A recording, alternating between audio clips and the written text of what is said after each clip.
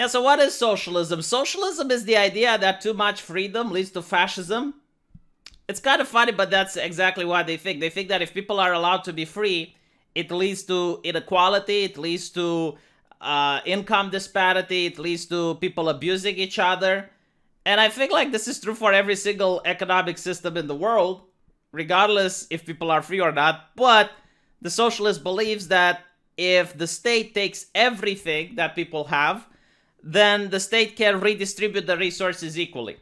So if we treat people like children, if the government treats people like children, then it's going to be a more fair and just society, because we all know if you happen to have a brother or your sister, your parents treated you exactly equally and there was no disparity between each other, right? Now, I just want to make the caveat that some people believe it's like, no, hold on a little bit, like the government won't take everything. And like the government will only take away the private property, not the personal property. And that's bullshit, and they know it. Because in the Soviet Union, when the collectivization started, when the Red Army descended upon its own people, like a bunch of thugs, looting and plundering everything they could, they not only took the farmland, they not only took the animals that the peasants had, but in some cases they even tore down the homes of the peasants to force them to live in communes. So communes were like these places where people were forced to congregate. They were more like barracks than living houses. And in my town, the same thing happened. Like the Ceausescu, the dictator, forced the people from the outskirts to move in. So like once you allow the government to be able to take away your right to work, your business, your land, your whatever you have, the government can do whatever it wants at that point. It's not going to stop. They're not going to say, oh, you know what, like you're right. Ideologically, we believe. But anyway, like that's just so that we understand what we're talking about. Because today I wanted to discuss something very interesting that I saw in a Romanian newspaper, which pointed out that, oh, back in the day, collectivization was actually working and good. So maybe the communists did have something right. So to me, this is something that really annoys me, because if you look at the United States, there is a group of people that also do collectivization. Like these people are closer to communism, more so than any other group of people. And these are the Amish. Now, again, I want to make absolutely sure that I don't think they're communists, but they have a lot of communist ideals that they genuinely live up to. So in the case of certain Amish groups, not all, but certain, they do share their land. They do share their resources. They live in communal places, and I think like the only thing they don't share is the clothes on their back and their wives. But people are free to leave. Like if they don't like the community, they're not being obliged to stay, so it's not a cult. I suppose they do believe in God, so that is something that communists don't like. It's not the Marxist ideal. But economically is what I'm saying. Like economically, because they share everything, and like if one of them needs a house, the other go in there and help them build it for free. That is closer to the communist ideal than many genuinely communist nations. So the question is like, what would communists do with the Amish problem, right? Because it is a problem. I mean, do you take their land away or not? Do you leave them alone or not? And obviously the answer is like you wouldn't leave them alone. And it's not because the communists really require their resources, but it's from the ideological framework that they wouldn't be left alone.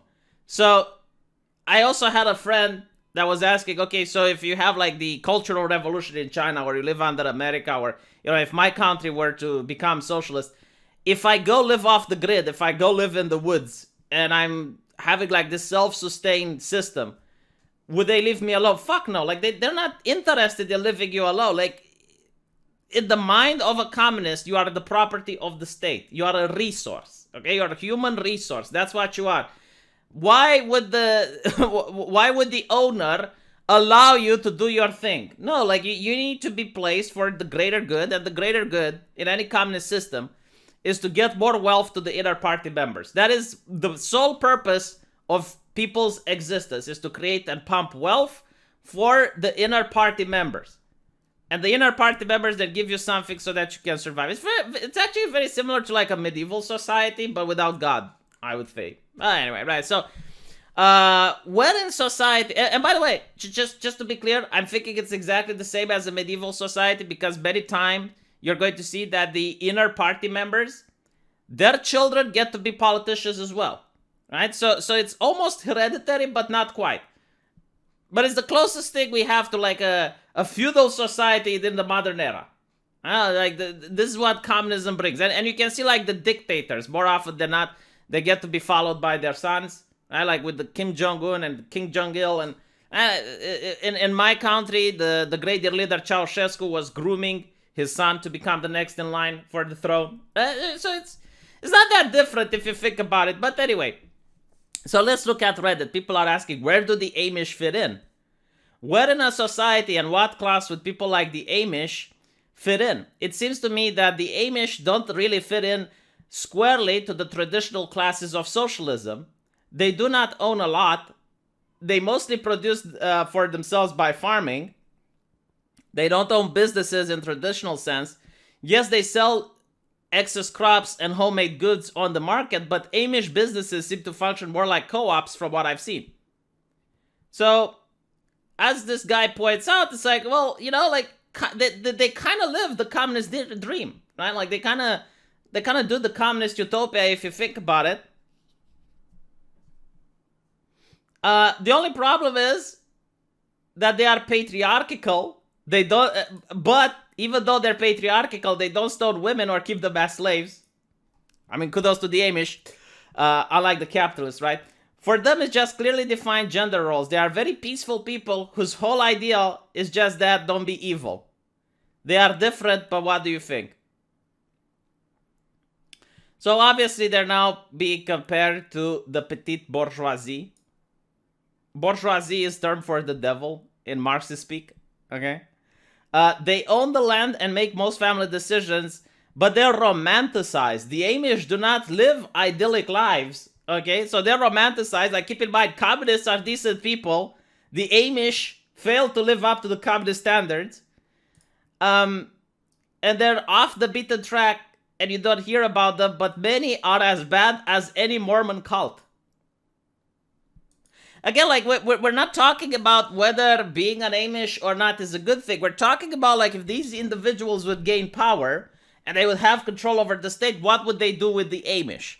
And ideologically, like, we're not even getting to the point where they have power, but, like, even before they get power, ideologically, they think, okay, Amish are bad people. We can't allow them to continue living the way they are. We need to treat them like the petite bourgeoisie.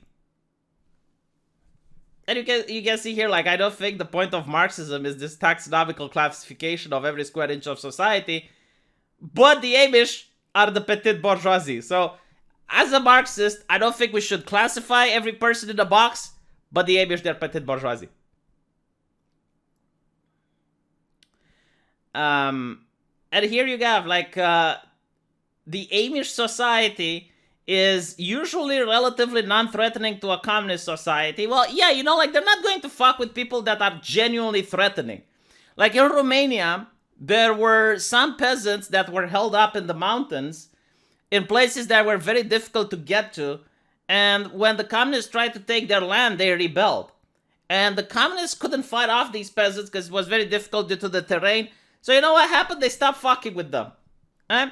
But in the case with the Amish, like, they're easy picking. So obviously, because they are superstitious, they have the patriarchy, and they resist technological developments, they're completely at odds with communism, okay? Like, completely at odds. Completely at odds. That's what you need to understand. This ideology is not about leaving people alone, okay? Like, it's not live and let live, oh, the greater good. No, it's about power. And these people need to be brought under power. Here is another take on how to destroy the Amish society. Make it mandatory for their children to visit public school. Every child has a right to a good education and not being kept in the dark. Yes. So in other words, education doesn't come from your mother. Education doesn't come from lived experiences. Education doesn't come from apprenticeship. No. Education comes from the state, motherfucker. And the party controls the state. Education was always held up high by communists. Yeah, by the Nazis as well, because it's a really good way to indoctrinate people. I mean, you have a child taken away from its parents and being placed in a situation where the teacher gets to control every decision of their day-to-day activity. And then the teacher can force the child to memorize things and reproduce them. Yes, every authoritarian government loves state-funded education. So either that, leave them alone. Yeah, like, okay, well, if you can get control of their children, as Lenin say, like give me access to their children, and after 4 years I will plant the seeds that can never be uprooted. What it means is that if you indoctrinate the child, then you don't really care about the adult, because the adult is going to die anyway, but you have control of their children, and you can actually plant the seeds of the revolution in the mind of their children. The Amish are settlers on stolen land. Okay, so take into account that if you are the Amish, they already know that you stole the land. So it doesn't even matter if maybe like some of your ancestors genuinely bought the land. No, it's stolen. And what the communists do when they do their collectivization, they unsteal the land. Because you need to understand, if you steal from a thief, in their mind it's not actually stealing. Like if they were have like the communist states, or the communist United States of America, all of a sudden no one would be able to complain it's stolen land. Like, do you honestly think that the communists would tolerate, let's say, like the leader of some Native American tribes talking about stolen land and bullshit? No, it's the land of the people. Okay, you're part of the people. You can either shut the fuck up or you can become an enemy of the people. The choice is yours. That's how they will treat this. Yeah, so anyway, I just wanted to answer, what communists think about people who operate in communes, or people who do co-ops, right? Like worker co-ops, which the Amish are. They're not going to leave you alone, because it's not about helping people. It's not about fixing wealth inequality. Like, the communist thinkers, they know that human beings cannot be equal. Because humans are territorial. They try fighting to obtain more things. They try getting more than they already have.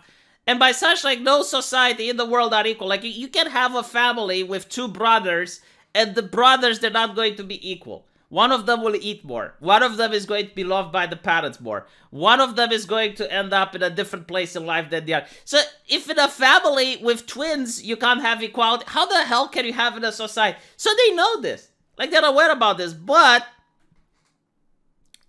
it's all about power. It's all about controlling people. It's all about dominating other people. And then I guess you can have equality for the people doing the domineering, right?